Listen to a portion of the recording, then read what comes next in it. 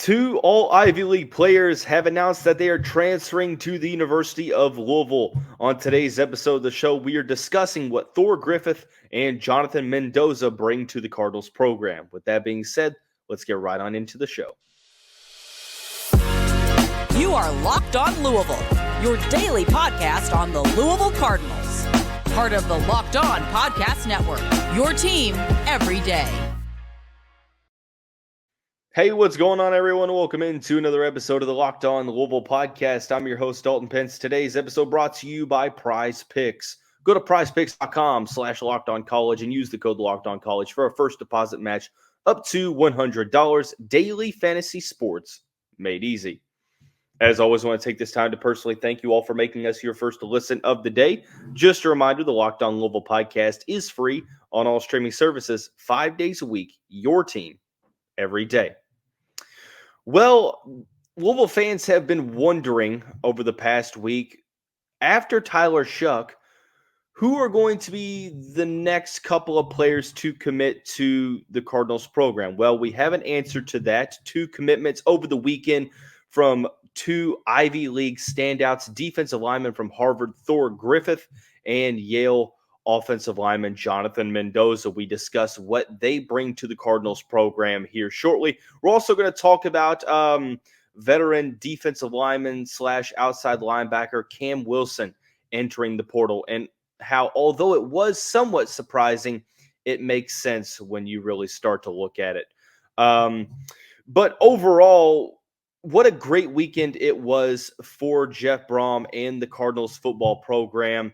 We talked last week about how it is critical that Louisville continually beefs up the line on both sides of the trenches, and they did just that. They went to the Ivy League and got not one, but two all Ivy League level talents. The first one is Harvard defensive lineman Thor Griffith. And make no mistake about it, this is an absolutely epic addition to the team. Not only from a namesake, I mean, adding a player whose first name is Thor, I mean, that goes without saying. That's incredible as it is. But when you start to see the type of player that the Cardinals are getting, it's really tough not to be encouraged about what you're going to see on the Cardinals defensive line, because once Thor entered the portal, he was essentially right away a social media favorite. Now, obviously, there is the connection with the name as it relates to pop culture and Thor from Asgard. But not only that, on the field, Griffith was an absolute menace. You look at what he did this past season for Harvard, or you look at what he's been able to do over his career at Harvard. 33.5 tackles for loss, 13.5 sacks from the interior to go with 132 tackles. That's incredibly efficient and effective. I mean, he was an absolute monster on that defensive line. You watch the tape, and it is not hard to find him on the film. For him to be that good of a pass rusher from the interior of the defensive line is extremely encouraging as it relates to, okay, how's he going to make the jump from FCS to Power 5? And that's always going to be a question with certain players, right? And there's this whole phenomenon now to where there's been multiple coaches, unnamed, that have essentially all but said, we want to go after Group of 5 FCS standouts rather than Power 5 players that were highly rated coming out of high school that haven't gotten enough time or haven't gotten a lot of snaps in their career. And I mean, you take that for what it's worth. It could just be coach speak. But the reality is that not every standout from FCS and Group of 5 is going to be able to make the jump to Power 5 and have a respectable amount of production. Now, there have been players that have joined the Louisville from the FCS ranks that have done that. You look at Tyler Hudson, who came from Central Arkansas. You also have you have Kevin Coleman Jr., who came from Jackson State, but every case is not the same. However, Thor Griffith has heard from almost, you would imagine, every top team in the country since he joined the portal. He's been a player that a lot of schools went after. So announcing that he would be taking the visit to the Derby City was huge news. For him to then commit, I mean, this is something that you cannot overlook. He is rated as a top 10 defensive lineman in the portal currently, and I would venture into saying that even when more players add their names, he's still going to be a highly regarded defensive lineman overall in the portal. And he is an absolute unit. You look at what Bruce Feldman said in his annual Freaks list on the athletic.com, just kind of looking through this excerpt at the moment. Feldman says Griffith has emerged as a dominant force for the Harvard defense. The 6'2", 320-pound powerhouse who packed on 10 more pounds this offseason thanks to a diet, says of 6,000 to 8,000 calories a day, bench press 225 pounds 45 times, and improved his 40 time 0.2 of a second from a year ago. It's down to a sub 5 40-yard dash. That's absolutely incredible. And it just goes to show you that, you know, the rare blend of speed, size, strength. I think it's pretty obvious that that skill set is going to be able to translate over to the Power 5 level. Now, what type of player or what type of role is he going to play in this defense? Well, that is still to be determined. With the 4-2-5 base defensive package, you would assume obviously he's going to be on the interior. But I am extremely interested to see him play next to a player like Des Tell, who was one of the more underrated defensive tackles in the ACC this past year. I think that Thor's ability to just absolutely bull rush the interior of the offensive line is incredible. Jacob Infante on Twitter says this about Griffith. Griffith is going to be one of the first defensive tackles selected in the 2025 NFL Draft. His tape at Harvard was phenomenal. He's got the first step quickness, agility, anchor strength, and pad level, all very good with a good year in the ACC. The ceiling for his draft stock is high. Granted, this makes sense for Louisville because you can add a starting caliber defensive lineman that isn't a player that is coming to Louisville with a solid level of FCS production, but didn't have a ton of major interest. This is a guy that had a ton of interest just over the past couple of weeks, a guy that's already been talked about in NFL draft circles. And to be able to add a player like this to this defense that's already pretty decently respectable, especially in the trenches, I think that this helps you take that next step from where you are to where you want to be. I think that one reason, and this isn't the only reason, but one of the reasons why Louisville has yet to still take the next step forward when it comes to being a program and trying to get to the level of the Clemsons and the Florida States is adding that absolute strength and size in the trenches. And they did a great job of that this past offseason in year one of Jeff Brom.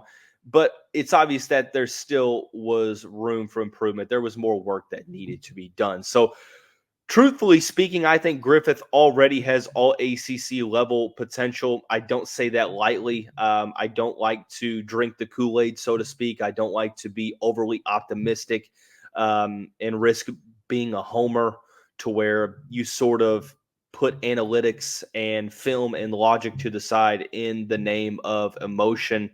And that's, for me, I don't really like to do that. If anything, I'm sort of on the other end to where it takes a little bit more for me to be optimistic because I do my very, very best to not be, partial to the Louisville Cardinals. But from all accounts, from a size, strength, speed, measurables, intangibles, extremely smart guy, to the college level production or to the college proven production. The speed is there on tape. The pursuit is there on tape.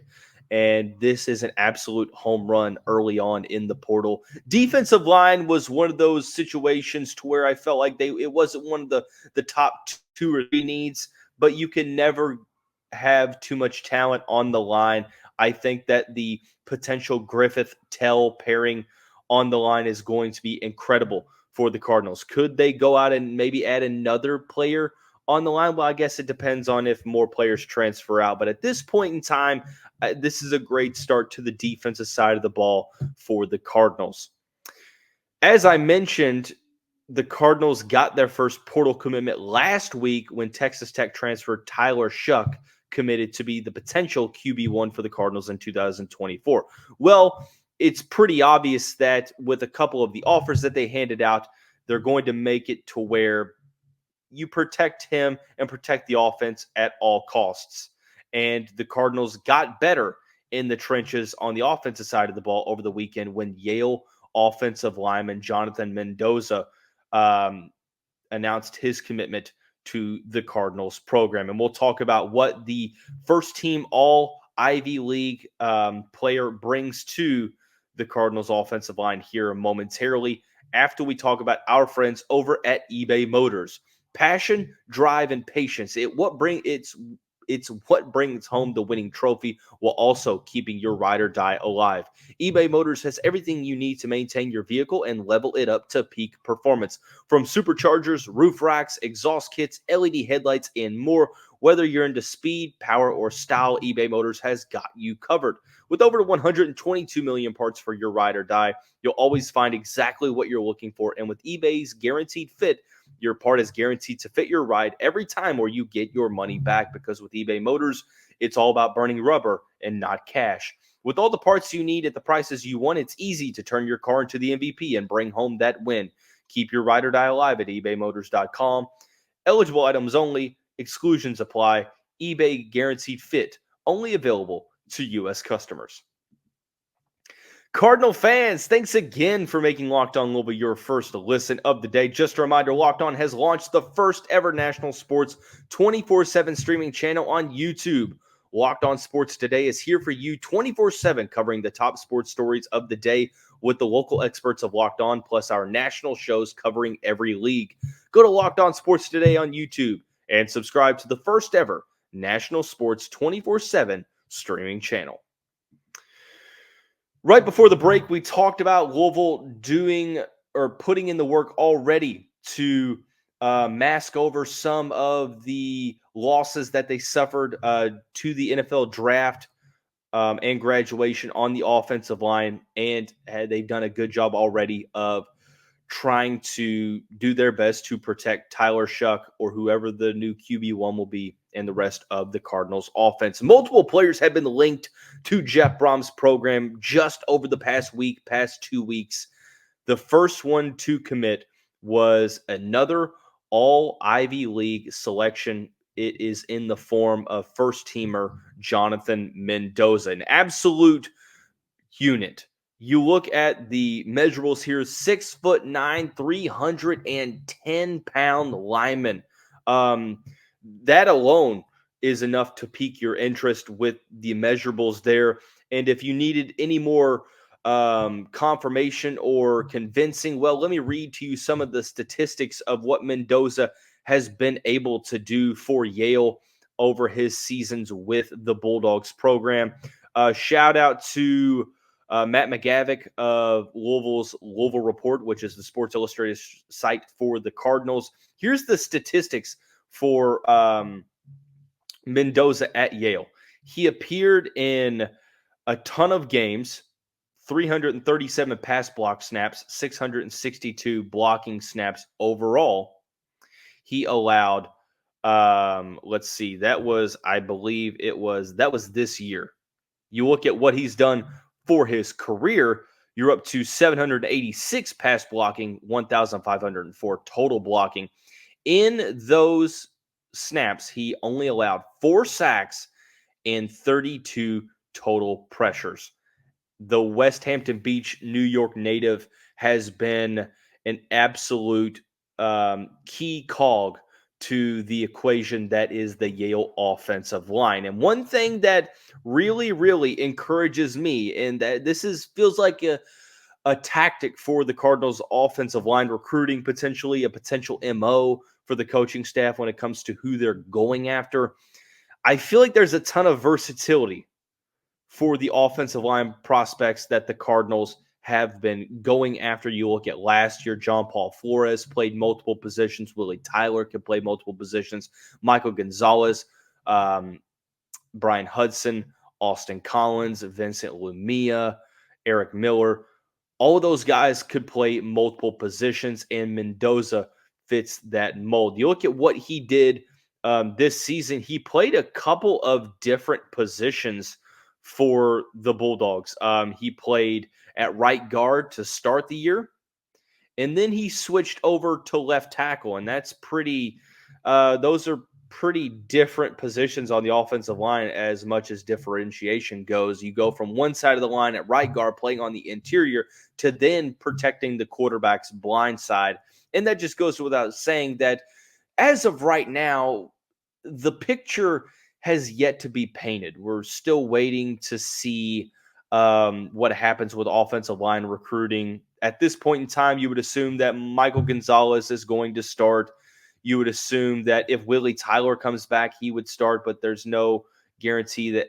I'm not really sure if he has any eligibility left, and even if he does, I'm not sure if he takes it. Austin Collins is probably the projected center at the moment, unless the Cards go to the portal. Renato Brown is projected to be a starter when he comes back. It's yet to be determined if he's going to be able to have come back from his season-ending injury that he suffered right before the Pittsburgh game, before the season opener. So you could slide him in at guard. You could slide him in at tackle. I think for me, at this point in time, I think that he's probably going to end up as a tackle, whether that's protecting the quarterback's blind side or whether he's going to be on the right side. Still yet to be seen. But worst case scenario, if he slides to the interior, he's still shown that he's played pretty well there. So overall, look, I understand that you think about offensive linemen, and it might not necessarily be the most notable commitment, but it is definitely it's effective and it's key for the team next year because, like I said, for the defensive side of the ball, Louisville needs to continue to beef up the offensive side. You saw how well Kentucky played against the Louisville O-line and how Florida State's D-line played against Louisville's O-line. Now, granted, that's a Florida State defense that not many teams in the country have as good of defensive lines as the Seminoles did. And, it's hard to really put too much blame on an offensive line that was pretty solid for the most part through the season. But like I said, if Louisville wants to take that next step, you have to continually beef up the offensive line, adding a player who's 6'9", 310 pounds. Not only does he have the measurables, he was a former All-Ivy League first teamer and had the college production. Veteran guy that I believe has 1 year left in college, maybe 2 at the most. I'm not sure how the red shirts are going to work. I know he has the COVID season. I'm not sure if he has a red shirt year or not. He only played 3 games in 2021. So I'm not necessarily sure. I would assume you had 2019, 2022, 2023, and then you have 2024. I think that's how that timeline is going to work. He was a member of the 2019 class, served as a reserve during that season. I would assume that he is a grad transfer this year, so a stopgap for the offensive line. But with the way portal recruiting is going, it makes sense as to why Louisville would go this route. They're trying to maximize the 12-team playoff. I think the same thing for Mendoza, or same thing for Griffith, applies to Mendoza. He has the college production. You worry about whether or not the FCS level is going to project to the Power 5. I think in this case it will. I think that he has the size, has the speed for his frame, and is going to be able to slide in and probably start for the Cardinals this upcoming season. So 2 starters, or potential starters technically, added to the team via the transfer portal, via the Ivy League on both sides of the football. Great start to the portal season for the Cardinals. But with the good news that we talk about, I do want to mention some unfortunate news as well. Veteran defensive lineman / outside linebacker Cam Wilson has entered the portal. And we're going to talk about that. We're going to talk about how that while this was somewhat surprising if you look beneath the surface, it all makes sense. We'll talk about that here momentarily after we talk about our friends and the title sponsor of the show, PrizePicks. If you didn't know, well, you should know. PrizePicks is the largest daily fantasy sports platform in North America. It's the easiest and most exciting way to play DFS. It's you against the numbers. You pick more than or less than on 2 to 6 player stat projections and watch the winnings roll in. Two key reasons as to why I am a huge fan of PrizePicks. The number one is combo projection. So you can go across leagues. For example, LeBron James plus Travis Kelce at a 10.5 combo of 3-pointers made and receptions. It's extremely neat. No other services utilizing it. Speaking of having a service that no other place utilizes, the reboot policy that PrizePicks incorporates is key. What that means is that if one of your players gets injured in the first half and doesn't return for the second, that player is rebooted. PrizePicks is the only daily fantasy sports platform with an injury insurance policy. Go to PrizePicks.com/LockedOnCollege and use the code LockedOnCollege for a first deposit match up to $100. Once again, PrizePicks.com/LockedOnCollege using the code LockedOnCollege for a first deposit match up to $100. Unfortunately, in the portal, especially over the past couple seasons, Louisville has had a ton of solid players join the program, and they haven't had many key losses. Roster retention has been something that Jeff Brom has been really, really good at. It's a small sample size, and we're not, out of the second portal offseason yet. But so far, there haven't been very many key players that have entered the portal, Josh Minkins being one of them. He looked as if he wasn't going to potentially be a starter in 2024, so maybe not so much surprising when you look beneath the surface. I think that same logic could be applied to Cam Wilson, a member of the 2020 class, one of the top commits in that 2020 Scott Satterfield class. I had high hopes for, and really never could get high up on the depth chart. I think that more so was a testament to some of the players that Louisville had at the position. This past year, it was Stephen Herron. And with the, emergence of Mason Reiger and Louisville potentially going back to the portal for some more pass rushers, I think that while this move might be a little bit surprising on the surface, when you really start to look at it, it makes sense. What Wilson was able to do over his 3-year career actually 4-year career at Louisville, but appeared in 3 seasons. This past year had career highs in tackles and sacks. He had 2 sacks to go along with 14 total tackles. The 6'2" native of McDonough, Georgia. Is listed as a defensive lineman, but played more so in that Leo position, the outside linebacker spot. I wonder if he was one of the victims of a scheme change to where maybe he fit better in the Scott Satterfield, Brian Brown 3-4 defense, more so than a 4-2-5 base defensive package. That's one thing that I'm looking at. It just makes sense from that angle. I think that maybe not necessarily large enough to play on the defensive lineman as a traditional defensive end, but, still getting passed up in the depth chart when it comes to that outside linebacker position, pass rusher specialist. When you also look at some of the players on the roster currently, TJ Capers also fits into that mold. Adonijah Green as well. We already saw one player who fit more so in the Scott Satterfield defense, Popeye Williams, entering the portal. Maybe Cam Wilson, it's the same case for him. But I think it's a little bit different for Cam because he's a veteran now. This will be his 5th year in college coming up. And it makes sense that with, I think you could probably say, 2 years of eligibility left. Potentially 2 years of eligibility left, I would say. Yeah, he's played 3 years, but I guess you could consider 2021 to be a possible redshirt year. I'm not sure how exactly the double red shirts work or anything like that, but he at least has 1 year, potentially 2. If it's 1, there's obviously a ton of urgency. If it's 2, I still think that there's a ton of urgency to go to a place to where he's going to play a ton. This season is going to be a money year for Wilson. He's going to have to go somewhere where he, at the very least, is going to be in the 2 deep to where he's playing a good amount.